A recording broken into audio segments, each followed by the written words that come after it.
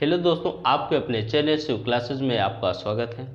आज की क्लास में जो हम डिस्कस करने वाले हैं वो क्लास 10th का एक्सरसाइज 1.1 को हम डिस्कस करेंगे। तो आज हम एक्सरसाइज 1.1 का जो क्वेश्चन नंबर हम फर्स्ट डिस्कस कर रहे हैं, तो ये कह रहा है कि use Euclid's division algorithm to find the HCF of.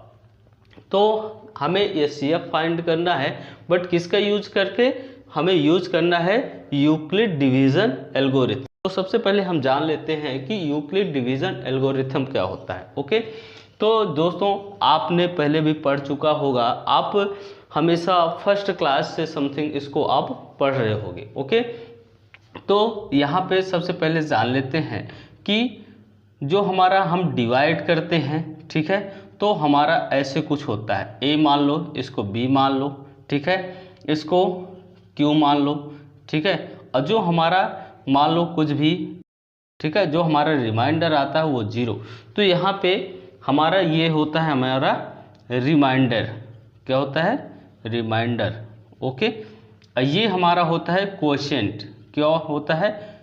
Quotient, ठीक है।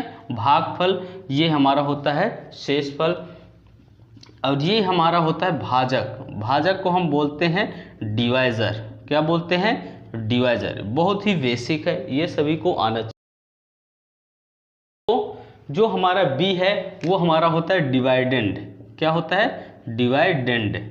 डिवाइडेंड को बोलते हैं भाज्य, ठीक है। तो सबसे पहले ये बहुत ही इंपॉर्टेंट है और बहुत ही इजी भी है, क्योंकि हमेशा हम बचपन से इसको पढ़ते आ रहे हैं। ओके, तो यहाँ से जो हम देखेंगे कि जो हमारा यूक्लिड डिवीजन एल्गोरिथम होता है, तो ये क्या कहता है। तो हम कोई भी ऐसा मान लेते हैं कि जैसे मान लो कि सी है, सी हम मान लेते हैं कि ये हमारा डिवाइडेंट है, भाज्य है।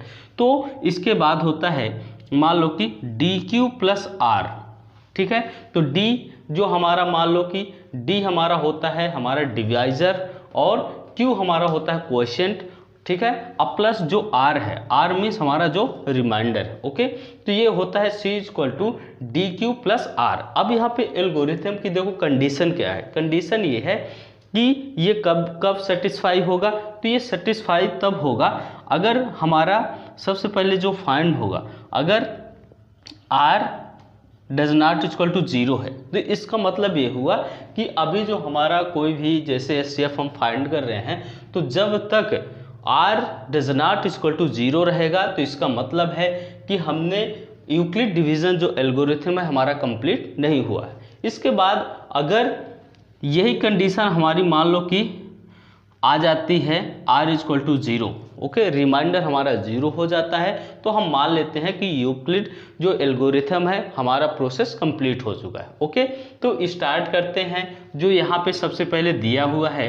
135 एंड 225, तो अब इसका यूज़ करना है हमें यूक्लिड डिवीजन एल्गोरिथम का।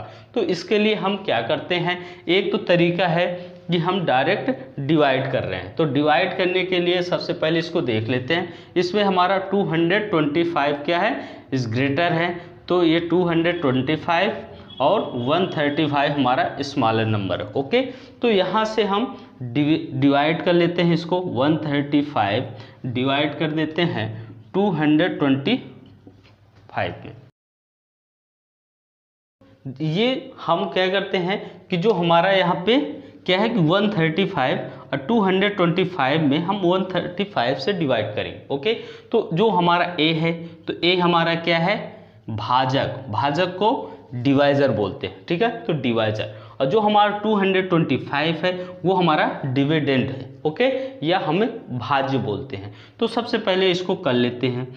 तो इसको सॉल्व करने पर हम पाते हैं कि सबसे पहले हम 135 1 टाइम जाएगा, ठीक है, 2 टाइम में हमारा ये क्या हो जाएगा? 270 हो जाएगा, जो हमारे डिवाइडेंड से ज़्यादा हो जाएगा। तो हम जो हमेशा है, तो हम क्या करते हैं कि 225 से हम हमेशा कम ही रहते हैं, ठीक है।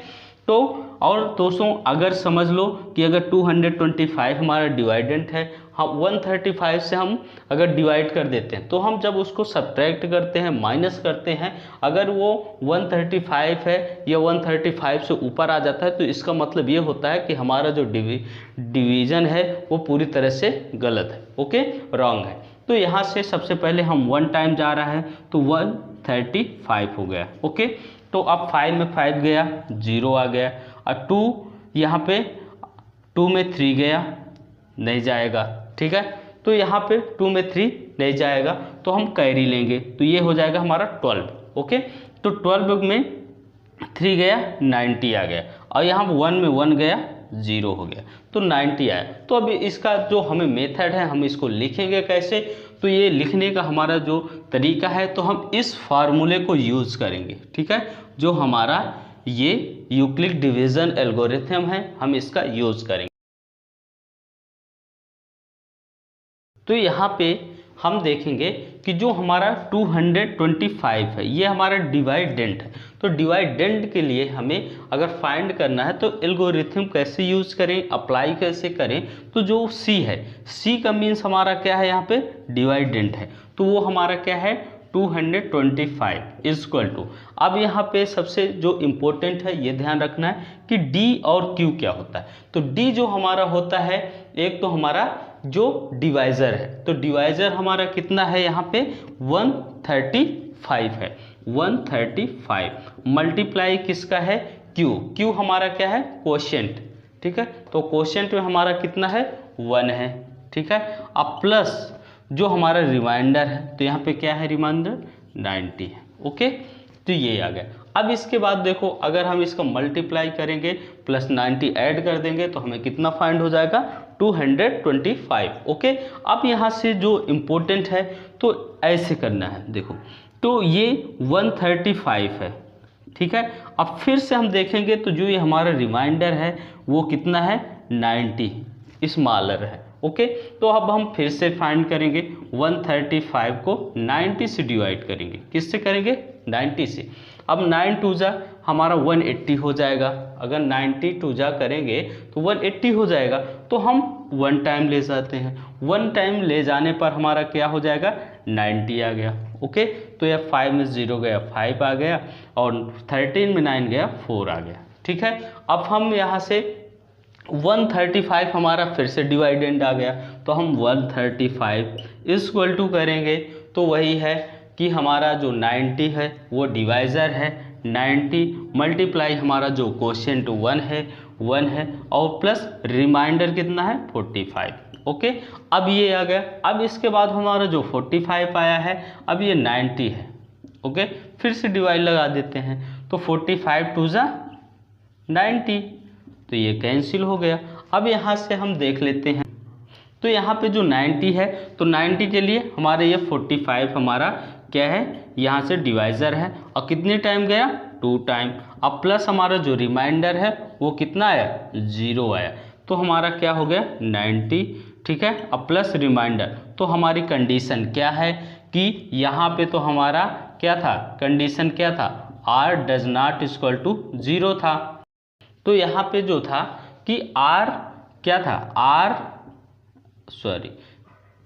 डज नॉट इक्वल टू 0 था, बट यहाँ पे अगर हम देखें तो हमारी कंडीशन क्या होती है r इक्वल टू 0 है ना, dq plus r equal to 0। इसका मीन्स है कि अब ये हमारा सॉल्व हो चुका है, और जो हमारा HCF है वो हो गया है 45। तो हमेशा ये ध्यान रखना है कि HCF में जब हमारा रिमाइंडर 0 आ जाए, जब हमारा रिमाइंडर 0 आ जाए तो उसके जस्ट पहले वाला जो हमारा यहाँ पे डिवाइजर है वही हमारा क्या होता है HCF होता है। तो यहाँ पे HCF क्या हो गया हमारा 45 हो गया। ओके, तो ऐसे ही हम फाइंड कर लेंगे। इसके बाद नेक्स्ट क्वेश्चन जो है हमारा वो भी बिल्कुल इसी है, सेम इसी मेथड से सॉल्व होने वाला है। ठीक है, तो इसकी आपको प्रैक्टिस करना है और हम फिर नेक्स्ट, ओके, तो हम मिलते हैं नेक्स्ट क्वेश्चन में।